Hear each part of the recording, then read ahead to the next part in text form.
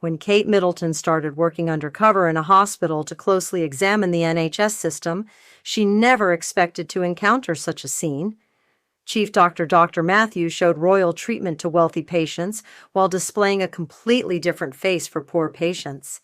What Kate saw that day would reveal one of the biggest scandals in England's healthcare system.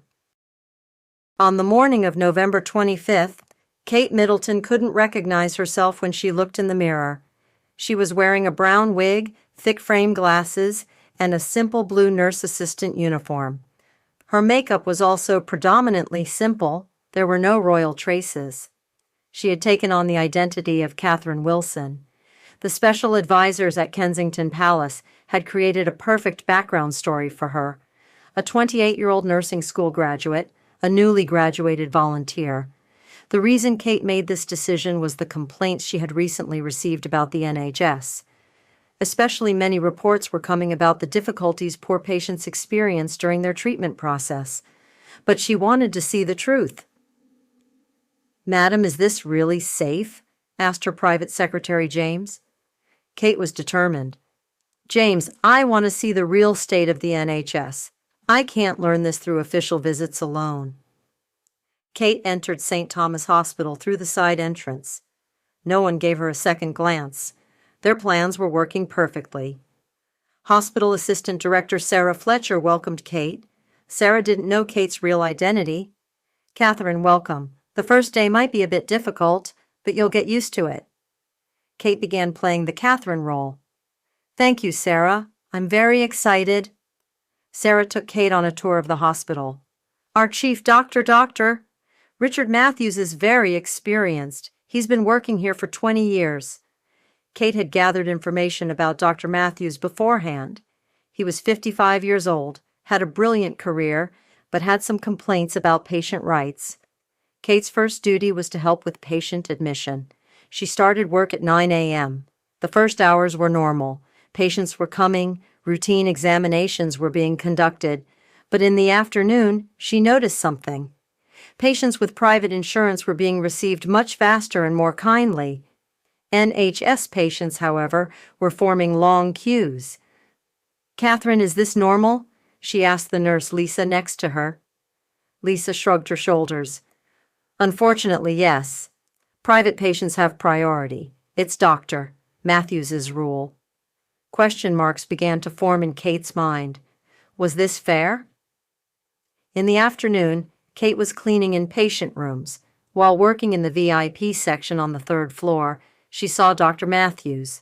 Dr. Matthews was talking to a wealthy businessman in a private hospital room. "Mr. Henderson, we're giving you the best service. Your private suite is ready. Your special nurse has been assigned." At the same time, an elderly woman was waiting in pain on a hard plastic chair in the corridor. She had been waiting in line since 2 o'clock. Kate was surprised by this contrast. In the same hospital at the same time, there were two different worlds. On the second day, Kate began observing more carefully. While working at patient admission, she watched Dr. Matthews's behavior. At 10 a.m., Lady Margaret Thompson arrived. From an aristocratic family, she had private insurance. Dr. Matthews welcomed her at the door. "Lady Thompson, welcome. Let's take you to the examination room immediately." At the same minutes, an elderly woman named Mrs. Jenkins also arrived. She was an NHS patient, retired, with very little income. Dr. Matthews didn't see her at all. Kate began recording this injustice. She was taking mental notes. On the third day, an event occurred that Kate would never forget in her life. While working in the patient admission section, an elderly man arrived. The man was 78-year-old Albert Morrison. He had heart problems and needed urgent intervention, but he was an NHS patient and had no insurance. When Dr. Matthews saw Albert, he wrinkled his face. "That man again? He came last month, too."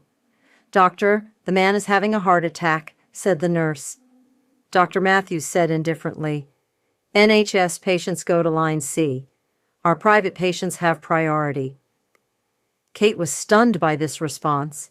When a person's life was in danger, could such behavior be acceptable? Albert Morrison's condition was worsening while he waited in the corridor. Kate was observing him. She could see that the man was having difficulty breathing. At the same time, Mr. Richardson, one of the private patients, arrived. He had only come for a routine checkup. Dr. Matthews accepted him immediately. Kate was feeling that she couldn't stand it anymore. Watching Mr. Richardson receive VIP treatment while seeing Albert Morrison's suffering was difficult. This isn't right, Kate thought. This is a human rights violation. In the afternoon, the event that broke Kate's patience occurred. A 65-year-old woman named Mrs. Patricia Evans arrived. She was a cancer patient receiving chemotherapy. Mrs. Evans's condition was bad. She needed urgent treatment. But she was an NHS patient. When Dr. Matthews saw Mrs. Evans, he said, "Her again? This woman comes every week. We're spending too much time on NHS patients." Kate's heart burned when she heard these words. Mrs. Evans was a cancer patient and needed help. That evening, Kate returned to the apartment she was using as a safe house, feeling very conflicted. What she had seen had deeply affected her.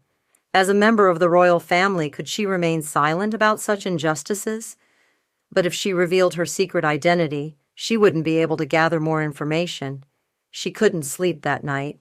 Albert Morrison's painful face and Mrs. Evans's helpless looks were in her mind. The next morning, when Kate went to the hospital, she encountered something even worse than what she had seen the day before. Dr. Matthews had organized a special service for private patients. This service had boutique hotel quality rooms, special meals, and VIP nursing service. At the same time, NHS patients were staying in old, damp rooms. The food was bad, and the number of nurses was insufficient. Kate couldn't stand this situation anymore. At noon, Kate's worst fear came true. Mrs. Evans came again. This time her condition was much worse. Mrs. Evans was bad enough to require urgent intervention, but Dr. Matthews still didn't care about her.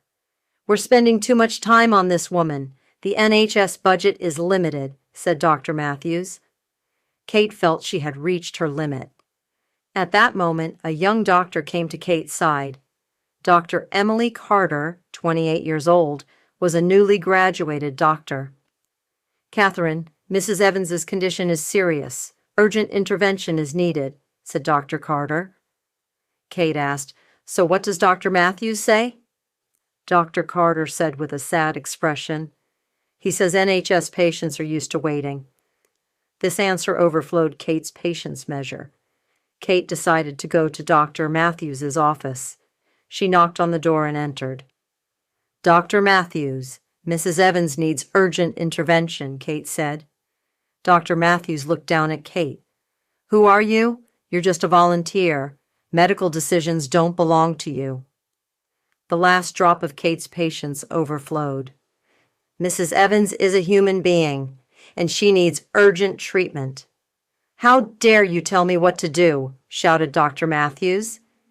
Kate realized she could no longer control herself. She had learned to maintain her composure for 20 years, but this situation was different. "Dr. Matthews, treat Mrs. Evans immediately," Kate said, this time raising her voice. Dr. Matthews started laughing. "You're just a volunteer. You can't give me orders." Kate removed her wig. She took off her glasses. Her real face was revealed. "I am Catherine, Princess of Wales, and I'm asking you to treat Mrs. Evans immediately." Dr. Matthews froze when he recognized Kate, his mouth open, his eyes wide. He couldn't say anything. This isn't possible, pal," he stammered. Kate spoke with royal authority. "This is very possible, and I've been observing what's been happening in this hospital for the last 3 days. Dr. Matthews didn't know what to say. "Madam, I didn't know." "You didn't know because you categorize your patients according to their financial status," Kate said. Kate took out a small voice recorder from her pocket. "Dr. Matthews, I've recorded all the treatment you've given to NHS patients." Dr. Matthews panicked. "Madam, please, I'm just following hospital rules." "What rules, doctor?" "Matthews?" Is separating people according to their financial situation an NHS rule? Kate asked. The authority in Kate's voice frightened Dr. Matthews even more. Dr. Matthews, treat Mrs. Evans immediately. Then call the hospital director, Kate said. Dr. Matthews realized he could no longer resist. Of course, madam, immediately. As Kate walked through the hospital corridor, all the staff were looking at her. Her identity was now revealed. Nurse Lisa approached Kate. Madam, are you really a princess? Kate smiled. Yes, Lisa. And we're going to change what's happening in this hospital. Meeting with the hospital director 30 minutes later, there was a meeting in Hospital Director Dr. Jonathan Pierce's office.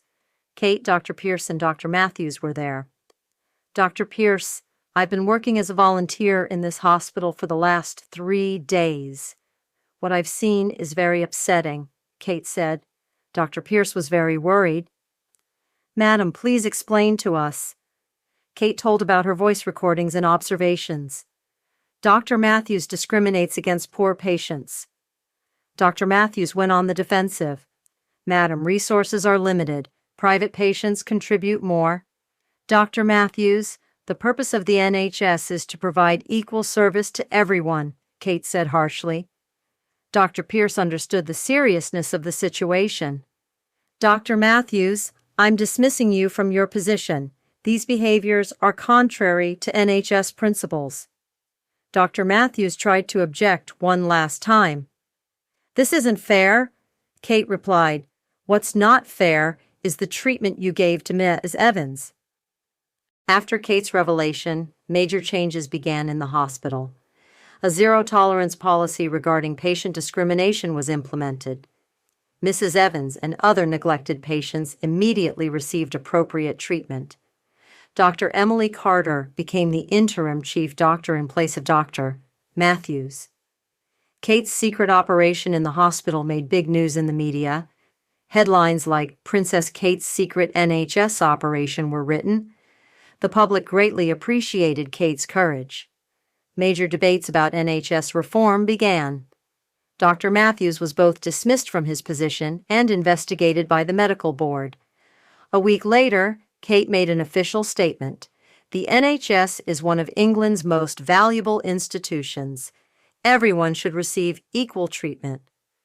Thanks to my secret operation, I saw the problems in the system. We will work to fix them. After Kate's revelation, reforms began throughout the NHS. Patient rights were strengthened. Strict controls were introduced for doctors who discriminated against private patients. Kate established a special committee for the development of the NHS. Mrs. Evans received appropriate treatment thanks to Kate's help. Her condition improved, and she wrote a special thank you letter to Kate. Madam, you saved my life, not just with treatment, but by restoring my dignity. Kate was very moved when she read this letter.